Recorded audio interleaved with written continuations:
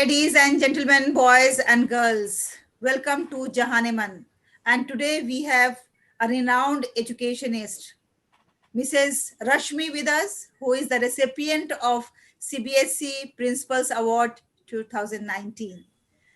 Mrs. Rashmi, welcome to the show. How are you? Thank you so much, Dr. Sadi. I'm perfectly fine. So, Mrs. Rashmi, nowadays actually we are conducting the sessions, especially for the educators, keeping in mind the idea that 2020 was not very welcoming for all of us. We know the situation and we know the reasons, and nobody has to speak good about this year. So how was 2020 for you as educationist? You are the principal of a school and your responsibility is greater than anyone else as far as education of the children is concerned. So how did you manage and how was the experience during this period? How pandemic has affected you as educator? To begin with, Dr. Sadia, thank you so much for inviting me to speak on this panel. Number two, 2020, I will not use the word difficult or bad, but it was certainly very challenging. The reason being, we were not prepared for this. Neither our management nor our stakeholders, like for example, GOE or for CBSE, all the people who are involved in this process of education, especially school education, were not prepared for this. Every school who were getting technologically advanced in their own level, at their own pace, kind of met this challenge in a very, very positive manner. The fact that we have ATL labs, the fact that our schools have e-boards, the fact that we do a lot of work online, it became easier for us to switch over to the online platform, though it was a challenge. Because as you all know that we have a cross section of students coming to our school, belonging to different economic backgrounds and different cultural backgrounds. So adapting the children and the parents onto an online mode was extremely challenging. Then once we started, again there was the quest to look for a platform which is safe, because in initial months there was such an outcry about platform being unsafe. It could lead to all kinds of data leaks and whatnot. So looking for a safe platform, adapting a school to that, my school to that. I have a big school in the sense I've got 4,000 plus students in my school. Shifting 4,000 children onto a different platform, adapting my 180 academic staff members onto a different platform was extremely challenging. And the biggest problem was that we could not meet face to face to make these changes. It had to be all done from a distance, from an online platform only. So the trainings were online, the learning was online. And then we started adapting. We shifted to Microsoft Teams, and that was adapted in the school. But then a school is not just learning or teaching in the classroom. It's much more beyond that. It's the amount of activities that we do with our students. It's the kind of contact that we have with our parents, with our stakeholders. So all that also gradually shifted to the online mode. Our counselings, our job specifications, everything gradually moved to the online mode. Communication with the parents moved on to the online mode. So it was a very, very challenging time, but then there was so much to learn. People who were not tech savvy, and I specifically faced a lot of problems there, because a majority of my staff who are there are quite senior. I have a lot of senior staff, and senior staff does not adapt very comfortably to technology. But then adapting them, shifting them to technology was a big challenge, but we achieved that also. And as we move progress from month to month, there were newer challenges every day. One day it was how to take a class, next day how to take a test, third day how to take an exam. So it just continued one after the other. But now I think we are all adapted this technology. We are very adapted online. And now I feel somewhere it's very more convenient. I mean, I don't know where you are sitting, but I can comfortably talk to you over this medium. So I think there's a lot of positivity in 2020. I would end on that note. Thank you so Yes, much. that's true. That's true. And the amount of hard work the teachers, the principals, and all the stakeholders of any education institutions have put in, really, that is remarkable. And how Yes, yes. quickly they switched over from face to Yes, face yes. to this Overnight. medium. It was Yes, overnight it was almost. overnight. Hats off to all the teachers and the Yes, principals yes. Deep for taking respect this for them. efforts. Yes. So now, see. this is the situation where we people are, like we are in urban area, although we deal with the underprivileged children, but we have the facilities. While in our country, there are people, they don't have the facilities of internet or the gadgets, and they live in the villages where connectivity issues are there. So do you have any idea about them, that how they could manage during 2020? I think the rural areas did face a problem, and I think there are many schools, even in Delhi, who faced a lot of problems. Even within our school, there are many parents who faced a problem because we, as I mentioned, that we have a cross section of people coming to our school belonging to different economic backgrounds. So many of them face problem. So what we did in my school is we identified these people Okay. section wise, class wise, and then we contacted them over phone. So if they were unable to log in through a device, we Mhm. started helping them out on the WhatsApp. We started creating, their whatever assignments, etc., were to be given to them. We kept them aside. We left them on the school counter. They could come and collect it from there at their own convenience. So once the lockdown started opening, we started reaching out more comfortably to them. So many of them could not, because what happens is, suppose it's a laborer's child who's coming to my school, the father would take the phone and go away. So naturally, the child does not have the phone with him or her for the whole day long. So when the father comes back in the evening, that's when the teacher used to contact, and the teacher used to convey the whatever was taught or whatever notes he wanted to give through the WhatsApp. So what we did was, it was not a total disconnect. We somehow managed to continue talking to them, continue knowing them, and remaining in keeping them in the streamline. Of course, those who moved away from Delhi, who were migrant laborers, they were disconnected for almost 2 months. But when they started filtering back to Delhi again, that is when we reconnected with them, and they have also been brought into the streamline. There is some amount of learning gap at that ends. We're looking forward to the schools reopening so that we can connect, but majority of them are in the primary classes. So we have kept a data of these people. We are going to work on them in case the schools reopen tomorrow, and we are able to deal with them on a personal level.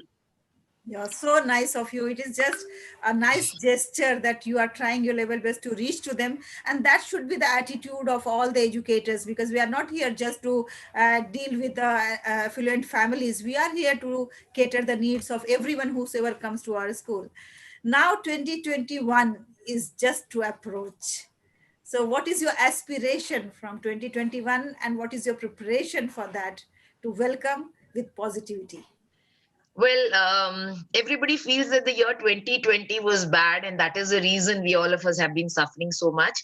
Well, maybe 2021, if you look at numerology, it's some the total is 5, and people say it's going to be a better and a much better year. Wonderful, keeping our fingers crossed for that. 2021, the major hope that comes in 2021 is, of course, the vaccine. So if the vaccine comes in, I think the first thing that will happen is it'll give a confidence to the parents to be able to send their children out to the schools. Parents are not confident. They are very scared of sending their child out of the school, out of their homes, because they feel the schools might be a place where they might get infected. As a head of a school, and as a person who's a teacher, who's in the teaching profession, I agree with their confidence. Even if the school maintains all kinds of sanctity issues and things like that, there is going to be a possibility where children may not listen to what the instructions are being given to them. So the SOPs we have already created, what we are going to do if the school reopens tomorrow. But I know it's going to be a challenge. It's going to be a challenge because they're going to travel together, they're going to play together, they're going to sit in a class together. So how do schools manage this kind of a scenario is going to be a challenge for all schools. We're kind of gearing up for that, practicing for that, and we're working in that area. The next challenge that's going to come in is immediately the moment 2021 starts is the big question mark about what is going to happen for class 10th and 12th board exam. Because 12th class, I'm not very worried about class 10 because I feel they have the time period to make up, or they don't have the worry about the practical. Their practicals can be done. A lot of their projects and practicals can be done online. But the class 12th is a big challenge. Their practicals have not been handled. So even if we are trying to do it online, it is not the same thing at all. So that is going to be a big challenge. Number two, how is CBSE going to conduct the online exam, as the CBSE main exams? as per what the words that we have been hearing from CBSE, they want to conduct a pen and paper exam. So that is going to be a big challenge for schools to get it conducted and get the children prepared for that. And after that comes the new session. I really don't know what is going to happen, what is going to be the scenario, but I have a very sneaky feeling that probably the senior classes will start first, and the juniors may probably be joining us only if the vaccine is reaching to the masses. So then the norm of wearing a mask to school, the norm of maintaining some amount of social distance, all that has to be ingrained into the child. So I have a feeling that probably the schools are going to continue now with a blended approach to learning. It can be an offline as well as an online pattern that the schools start following. Maybe they call classes over for a particular number of days in a week. The rest of the days, the online learning continues. So I don't know what is going to happen. We are waiting for every month and every this thing. But somewhere I feel that 2021 is going to be more challenging than 2020, because here we have to get back to adaptability more in strongly, and both online and offline is going to be there. So the pressure on the teachers, the pressure on the school is going to be more. And here we want our parents also to understand that they also have to pitch in. It's the fact that the child comes to school is not the end of the story. They have to continue with the support that they've given us in 2020. Yes, you are right. 2021 is going to be even more challenging because, Yes. earlier it was forgiven because everything was unknown. Even parents understand that it was not known to the school. Even management, they know that students are aware that it was unknown. But now everything is known and all the situations are before us. And then what is our preparation in that? Everybody has the expectations for that. So anyways, now the human's best quality is adaptation. We Yes, adapt yes. with the situation. That is the best Dr. part. Sadia, I would like to add something out here that yes, it's going to be more challenging for the schools, not only because we have to adapt to a newer, after this one whole gap of 1 year. And this gap means there is a lot of social gap that the child has undergone. There's a lot of emotional gap that the child has undergone. And there's a lot of even academic gaps. Even if schools have given the best online teaching, learning gaps are there. And that learning gaps have to be taken up. That has to be filled up. So that is going to be a challenge. Another thing which is also very important for schools to remember is the new NEP. Yes. That how to adapt the NEP strategies and what NEP is visionizing for the whole world or for the whole country as such. How to adapt those ideas into school. So that also is going to be a planning, that a lot of intensive planning needs to go into the school level so that we can adapt that also. Yeah, you are right. 100% agree with you. Now, in this situation, what is your advice to all the stakeholders, like the parents, the children, the teachers, the principals, and the management? What suggestions you want to give them for 2021? So, Dr. Sadia, I would like to begin with parents here, because they are the major link between the student and the school, and they are the major, right now, they are the main people who are actually taking care of the children. I'm sure this 1 year has given them a lot of learning, because it used to be very easy for them to come to school and shout at a teacher if something used to go wrong. Now they must have realized keeping the child at home, because the child has been learning, giving exams, participating in activities, everything in front of their own eyes. And they are the ones who are getting the child ready for all that. And the fact the schools are facing all kinds of issues, non-visibility on the screen, not getting up in the morning to attend classes, using unfair means while giving an exam. So the parent is a party to all that. So I hope the parent understand that the responsibility of developing their child into a complete individual is not the only school's prerogative. There are lot of things, lot of skills, lot of manners which the parents have to teach at home. So the parent must realize in this 1 year gap that the school is limited to what it can impact, how much it can impact the child. And that limitation can be fulfilled only if the parents put in their part. So 2021 also, despite the fact that they also will get back to their workplaces, they have to continue supporting the child the way they have done in 2020. Number two, managements. I think managements will have to open up their coffers a bit more, because the schools have to adapt these two approaches, offline and online both, which I call blended, which everyone calls blended, and we have to put that into operation. So that may require some kind of flexible timings for the teachers. Maybe the teacher who is not the class is not coming, maybe I don't ask the teacher to come to school that day. So somewhere the management has to agree to the policies which the head of the school is planning, or the school stakeholders inside the school plan. So the management have to be adaptable to that.